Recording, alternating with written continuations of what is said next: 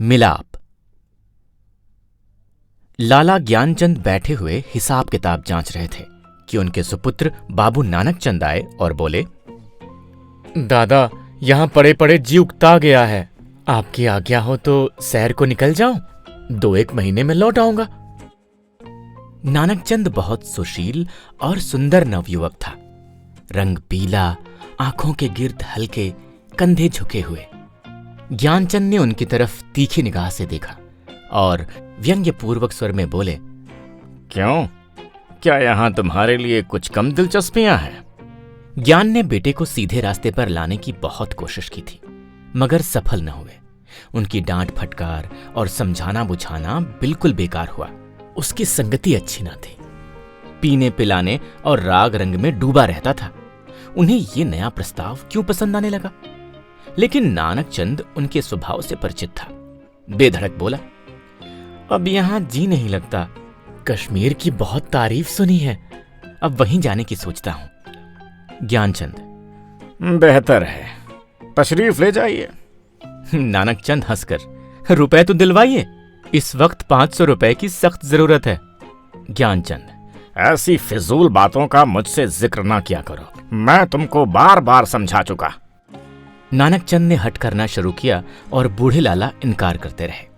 यहां तक कि नानकचंद झुंझलाकर बोला, अच्छा, कुछ मत दीजिए, मैं यूं ही चला जाऊंगा।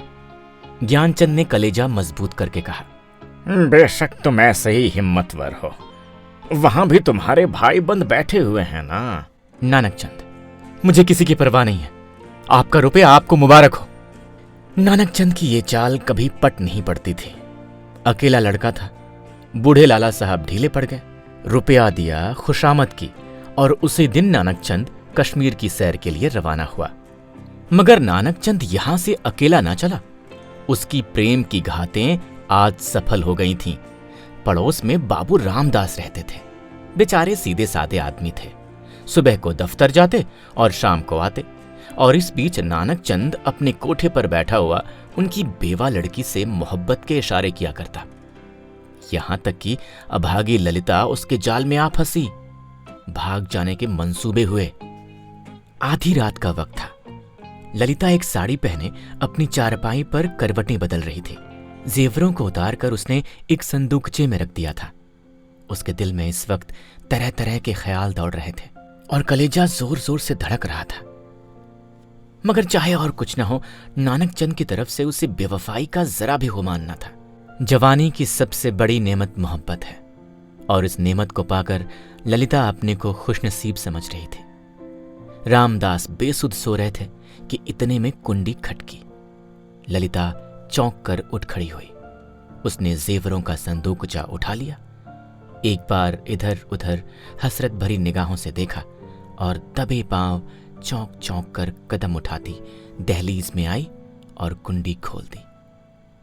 नानकचंद ने उसे गले से लगा लिया। बग्घी तैयार थी, दोनों उस पर जा बैठे। सुबह को बाबू रामदास उठे। ललिता ना दिखाई दी। घबराए, सारा घर छान मारा, कुछ पता न चला। बाहर की कुंडी खुली देखी, बग्घी के निशान नजर आए। सर पीट कर बैठ गए। मगर अपने दिल का दर्द किससे कहते? हंसी और बदनामी का डर जबान पर मोहर हो गया। मशहूर किया कि वो अपने ननिहाल चली गई। मगर लाला ज्ञानचंद सुनते ही भांप गए कि कश्मीर की सैर के कुछ और ही माने थे। धीरे धीरे ये बात सारे मोहल्ले में फैल गई। यहां तक कि बाबू रामदास ने शर्म के मारे आत्महत्या कर ली। मोहब्बत की सरगर्मियां नतीजे की तरफ से बिल्कुल बेखबर होती हैं। नानकचंद जिस वक्त बग्घी में ललिता के साथ बैठा तो इसके सिवाय और कोई ख्याल न था कि एक युवती मेरे बगल में बैठी है जिसके दिल का मैं मालिक हूं। उसी धुन में वो मस्त था। बदनामी का डर, कानून का खटका, जीविका के साधन, इन समस्याओं पर विचार करने की उसे उस वक्त फुर्सत न थी। हां, उसने कश्मीर का इरादा छोड़ दिया। कलकत्ते जा पहुंचा। किफायत शारी का सबक ना पढ़ा था। जो कुछ जमा जथा थी 2 महीनों में खर्च हो गई। ललिता के गहनों पर नौबत आई, लेकिन नानकचंद में इतनी शराफत बाकी थी। दिल मजबूत करके बाप को खत लिखा, मोहब्बत को गालियां दी और विश्वास दिलाया कि अब आपके पैर चूमने के लिए जी बेकरार है, कुछ खर्च भेजिए। लाला साहब ने खत पढ़ा। तस्कीन हो गई कि चलो जिंदा है और खैरियत से है। धूमधाम से सत्यनारायण की कथा सुनी, रुपया रवाना कर दिया। लेकिन जवाब में लिखा, खैर जो कुछ तुम्हारी किस्मत में था वो हुआ। अभी इधर आने का इरादा मत करो, बहुत बदनाम हो रहे हो। तुम्हारी वजह से मुझे भी बिरादरी से नाता तोड़ना पड़ेगा। इस तूफान को उतर जाने दो, तुम्हें खर्च की तकलीफ ना होगी। मगर इस औरत की बाह पकड़ी है तो उसका निबाह करना, उसे अपनी ब्याहता स्त्री समझो। नानकचंद के दिल पर से चिंता का बोझ उतर गया। बनारस से माहवार वजीफा मिलने लगा। इधर ललिता की कोशिश ने भी कुछ दिल को खींचा और गो शराब की लत न छूटी और हफ्ते में 2 दिन जरूर थिएटर देखने जाता तो भी तबीयत में स्थिरता और कुछ संयम आ चला था। इस तरह कलकत्ते में उसने 3 साल काटे। इसी बीच उसे एक प्यारी लड़की के बाप बनने का सौभाग्य हुआ, जिसका नाम उसने कमला रखा।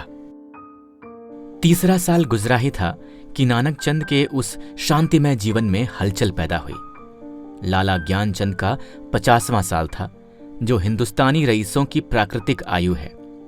उनका स्वर्गवास हो गया और ज्यों ही यह खबर नानकचंद को मिली, वो ललिता के पास जाकर चीखें मार मार कर रोने लगा। जिंदगी के नए नए मसले अब उसके सामने आए। इस 3 साल की संभली हुई जिंदगी ने उसके दिल से शोहदेपन और नशेबाजी के ख्याल बहुत कुछ दूर कर दिए थे। उसे अब ये फिक्र सवार हुई कि चलकर बनारस में अपनी जायदाद का कुछ इंतजाम करना चाहिए, वरना सारा कारोबार धूल में मिल जाएगा। लेकिन ललिता को क्या करूं? अगर इसे वहां लिए चलता हूं तो 3 साल की पुरानी घटनाएं ताजी हो जाएंगी और फिर एक हलचल पैदा होगी जो मुझे हुक्काम और हमजोलियों में जलील कर देगी। इसके अलावा उसे अब कानूनी औलाद की जरूरत भी नजर आने लगी। यह हो सकता था कि वो ललिता को अपनी व्याहता स्त्री मशहूर कर देता, लेकिन इस आम ख्याल को दूर करना असंभव था कि उसने उसे भगाया है। ललिता से नानकचंद को अब वो मोहब्बत ना थी जिसमें दर्द होता है और बेचैनी होती है। अब वो एक साधारण पति था जो गले में पड़े हुए ढोल को पीटना ही अपना धर्म समझता है, जिसे बीवी की मोहब्बत उसी वक्त याद आती है जब वो बीमार होती है। और इसमें अचरज की कोई बात नहीं अगर जिंदगी की नई नई उमंगों ने उसे उकसाना शुरू किया। वो मंसूबे पैदा होने लगे जिनका दौलत और बड़े लोगों के मेल जोल से संबंध है। मानव भावनाओं की यही साधारण दशा है। नानकचंद अब मजबूत इरादे के साथ सोचने लगा कि यहां से क्यों कर भागूं। अगर इजाजत लेकर जाता हूं तो 2-4 दिन में सारा पर्दाफाश हो जाएगा। अगर हीला किए जाता हूं तो आज के 3रे दिन ललिता बनारस में मेरे सर पर सवार होगी। कोई ऐसी तरकीब निकालूं कि इन संभावनाओं से मुक्ति मिले। सोचते सोचते उसे आखिर एक तदबीर सूझी। वो एक दिन शाम को दरिया की सैर का बहाना करके चला और रात को घर पर न आया। दूसरे दिन सुबह को एक चौकीदार ललिता के पास आया और उसे थाने में ले गया। ललिता हैरान थी कि क्या माजरा है। दिल में तरह तरह की दुश्चिंताएं पैदा हो रही थीं। वहां जाकर जो कैफियत देखी तो दुनिया आंखों में अंधेरी हो गई। नानकचंद के कपड़े खून में तरबतर पड़े थे। उसकी वही सुनहरी घड़ी, वो खूबसूरत छतरी, वही रेशमी साफा, सब वहां मौजूद था। जेब में उसके नाम के छपे हुए कार्ड थे। कोई संदेह न रहा कि नानकचंद को किसी ने कत्ल कर डाला। 2-3 हफ्ते तक थाने में तहकीकातें होती रहीं और आखिरकार खूनी का पता चल गया। पुलिस के अफसरों को बड़े बड़े इनाम मिले। इसको जासूसी का एक बड़ा आश्चर्य समझा गया। खूनी ने प्रेम की प्रतिद्वंदिता के जोश में यह काम किया। मगर इधर तो गरीब बेगुनाह सूली पर चढ़ा हुआ था और वहां बनारस में नानकचंद की शादी रचाई जा रही थी। लाला नानकचंद की शादी एक रईस घराने में हुई और तब धीरे धीरे फिर वही पुराने उठने बैठने वाले आने शुरू हुए। फिर वही मजलिसें जमी और फिर वही सागरों मीना के दौर चलने लगे। संयम का कमजोर अहाता इन विषय वासना के बटमारों को न रोक सका। हाँ, अब इन पीने पिलाने में कुछ पर्दा रखा जाता है और ऊपर से थोड़ी सी गंभीरता बनाई रखी जाती है। साल भर इसी बहार में गुजरा। नवेली बहू घर में कुड़ कुड़ कर मर गई। तपेदिक ने उसका काम तमाम कर दिया। तब दूसरी शादी हुई, मगर इस स्त्री में नानक चंद की सौंदर्य प्रेमी आंखों के लिए कोई आकर्षण ही न था। इसका भी वही हाल हुआ, कभी बिना रोए कौर मुंह में नहीं दिया। 3 साल में चल बसी। तब तीसरी शादी हुई। ये औरत बहुत सुंदर थी, अच्छे आभूषणों से सुसज्जित। उसने नानक चंद के दिल में जगह कर ली। एक बच्चा भी पैदा हुआ और नानक चंद गृहस्थिक आनंदों से परिचित होने लगा। दुनिया के नाते रिश्ते अपनी तरफ खींचने लगे, मगर प्लेग के एक ही हमले ने सारे मंसूबे धूल में मिला दिए। पति प्राणा स्त्री मरी, 3 बरस का प्यारा लड़का हाथ से गया और दिल पर ऐसा दाग छोड़ गया जिसका कोई मरहम न था। उच्छृंखलता भी चली गई, अयाशी का भी खात्मा हुआ। दिल पर रंजोगम छा गया और तबीयत संसार से विरक्त हो गई। जीवन की दुर्घटनाओं में अक्सर बड़े महत्व के नैतिक पहलू छिपे हुए करते हैं। इन सदमों ने नानक चंद के दिल में मरे हुए इंसान को जगा दिया। जब वो निराशा के यातनापूर्ण अकेलेपन में पड़ा हुआ इन घटनाओं को याद करता तो उसका दिल रोने लगता और ऐसा मालूम होता कि ईश्वर ने मुझे मेरे पापों की सजा दी है। धीरे धीरे ये ख्याल उसके दिल में मजबूत हो गया, उफ, मैंने उस मासूम औरत पर कैसा जुल्म किया, कैसी बेरहमी की, ये उसी का दंड है। ये सोचते सोचते ललिता की मासूम तस्वीर उसकी आंखों के सामने खड़ी हो जाती और प्यारे मुखड़े वाली कमला अपने मरे हुए सौतेले भाई के साथ उसकी तरफ प्यार से दौड़ती हुई दिखाई देती। इस लंबी अवधि में नानक चंद को ललिता की याद तो कई बार आई थी, मगर भोग विलास, पीने पिलाने की उन कैफियतों ने कभी उस ख्याल को जमने ही ना दिया। एक धुंधला सा सपना दिखाई दिया और बिखर गया। मालूम नहीं दोनों मर गईं या जिंदा हैं। अफसोस, ऐसी बेकसी की हालत में छोड़कर मैंने उनकी सुध तक ना ली। उस नेकनामी पर धिक्कार है जिसके लिए ऐसी निर्दयता की कीमत देनी पड़े। ये ख्याल आखिर उसके दिल पर इस बुरी तरह बैठा कि एक रोज वो कलकत्ता के लिए रवाना हो गया। सुबह का वक्त था।